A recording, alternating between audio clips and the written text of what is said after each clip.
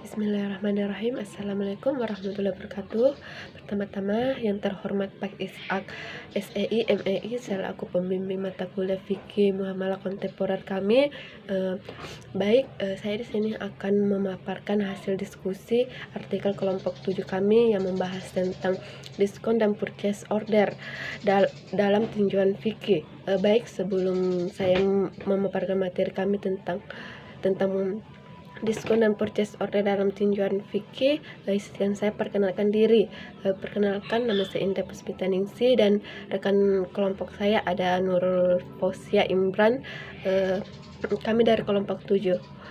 Saya akan memaparkan materi kami tentang diskon dan purchase order dalam tinjauan fikih.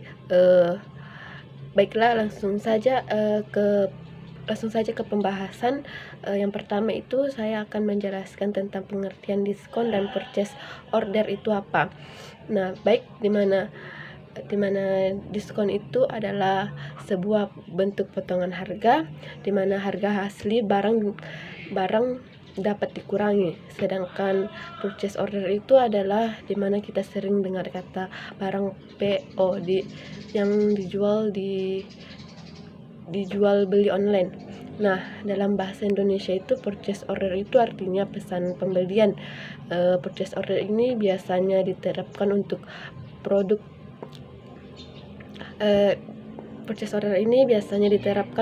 yang sulit didapatkan atau produk yang sifatnya kostum alias dibuat sesuai dengan permintaan pembeli. Materi selanjutnya itu ada jual beli menurut fikih muamalah.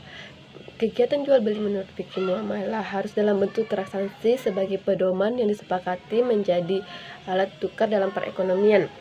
Hal itu diwujudkan dalam bentuk uang, yaitu alat tukar yang mengandung sifat harus dikenal, disegani umum, mudah diangkut dan dibagi tanpa mengurangi nilai, homogen serta tidak mudah rusak. Nah, adapun beberapa bentuk pelaksanaan transaksi jual beli tersebut adalah sebagai berikut. Yang pertama itu membeli barang dengan harga yang lebih mahal dari harga pasar sedangkan dia tidak ingin pada barang itu, tetapi semata-mata supaya orang lain tidak dapat membeli barang itu. Yang kedua itu membeli barang yang sudah dibeli orang lain yang masih dalam masa khiyar atau sedang terjadi proses tawar-menawar. Hal ini didasarkan kepada hadis Nabi Muhammad SAW sebagai berikut. Dari Abu Hurairah telah bersabda bahwa Rasulullah SAW, janganlah di antara kalian menjual akan sesuatu yang sudah dibeli orang lain. Maksudnya di atas merupakan bentuk pelarangan membeli atau menawarkan barang pada saat barang tersebut sedang atau telah ditawarkan oleh orang lain. Yang ketiga itu Allah mengharamkan orang beriman untuk memakan atau menggunakan segala bentuk transaksi lainnya harta orang lain dengan jalan yang batil, yaitu yang tidak dibenarkan oleh syariat. Orang beriman boleh melakukan transaksi terhadap harta orang lain dengan jalan perdagangan dengan asas saling ridho, saling ikhlas dan berprinsip keadilan. Selanjutnya keempat itu membeli barang untuk ditahan agar dapat dijual dengan harga yang lebih mahal, sedangkan masyarakat umum berkepentingan terhadap barang tersebut. Hal seperti ini dilarang karena dapat merusak ketentraman umum. Dalam sebuah hadis Nabi Muhammad SAW diterangkan sebagai berikut, yaitu tidak ada orang yang menahan baharan kecuali orang yang durhaka. Hadis riwayat Muslim. Dan yang terakhir itu menjual suatu barang yang berguna untuk menjadi alat maksiat bagi yang membelinya. Hal ini didasarkan kepada Quran surat Al-Maidah ayat 2 yang artinya itu hendaklah kamu bertolong-tolong atas berbuat kebajikan dan takwa, dan janganlah kalian bertolong-tolong atas berbuat kejahatan dan permusuhan. Materi selanjutnya itu asas-asas jual beli menurut fikih muamalah. Nah, di sini saya akan menjelaskan sedikit tentang beberapa asas-asas jual beli menurut fikih muamalah. Yang pertama itu asas tabadul manafi, yang berarti bahwa segala bentuk kegiatan muamalah harus memberikan keuntungan dan manfaat bersama bagi pihak-pihak yang terlibat. Nah, yang kedua itu asas pemerataan, adalah pemberian pinjaman atau pembiayaan yang menjangkau seluruh masyarakat miskin atau berpenghasilan rendah.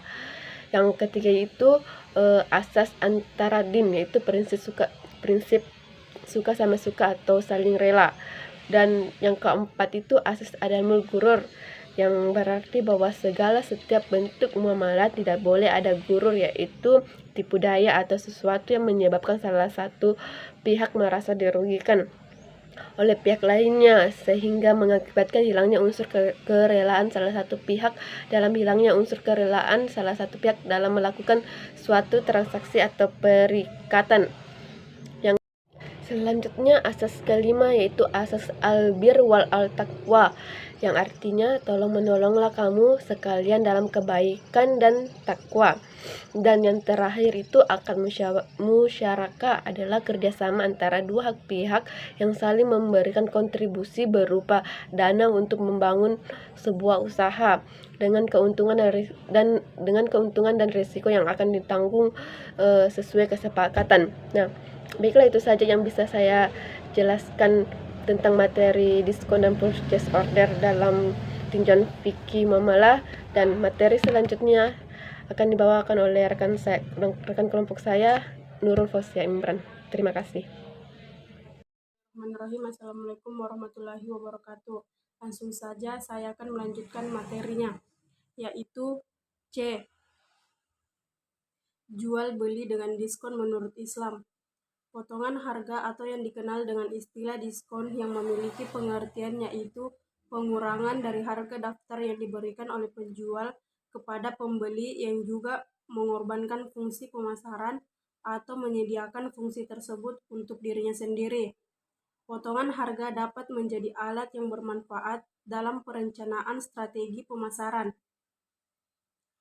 Tujuan pemberian potongan harga atau diskon yang dilakukan penjual terhadap produk yang dijualnya menurut Karande dan Kumar adalah untuk mengurangi produk yang tersimpan dan meningkatkan penjualan pada kategori produk tertentu.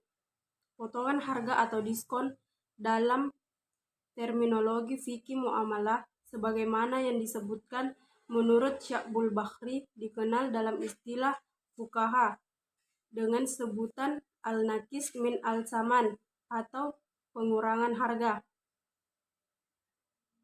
Diskon juga disebut dengan istilah khas.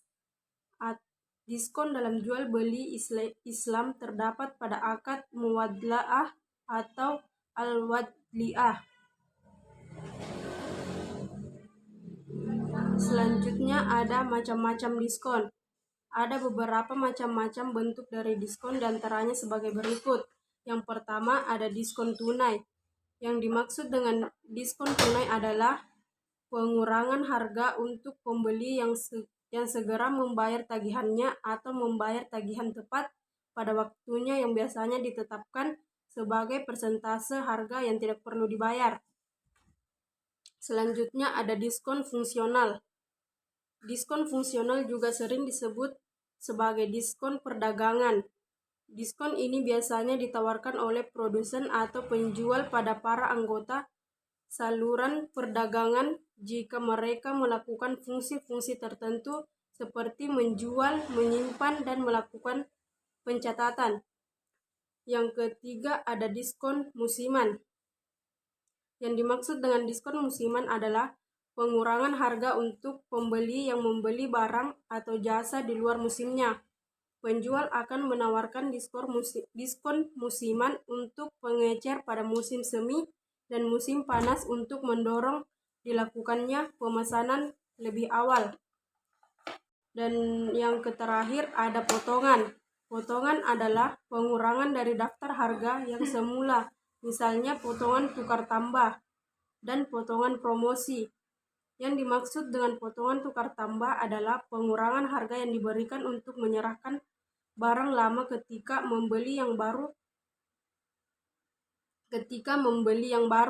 Potongan tukar tambah paling umum terjadi dalam industri, mobil, dan juga terdapat pada jenis barang yang tahan lama. Sedangkan yang dimaksud dari potongan promosi adalah pengurangan pembayaran atau harga untuk memberi imbalan pada penyalur karena berperan serta dalam pengiklanan dan program pendukung penjualan. Bagian E, ada sistem diskon dalam Islam. Potongan harga atau diskon menurut Syahbul Bahri dikenal dalam istilah fuqaha dengan sebutan al-nakis min al-saman atau pengurangan harga. Diskon juga disebut dengan istilah khasam. Diskon dalam jual beli Islam terdapat pada akad muwadla'ah atau al-wadla'ah. Akad muwadla'ah merupakan bagian dari prinsip jual beli dimanapun penjual melakukan penjualan dengan harga yang lebih rendah daripada harga pasar atau dengan potongan atau disebut dengan diskon.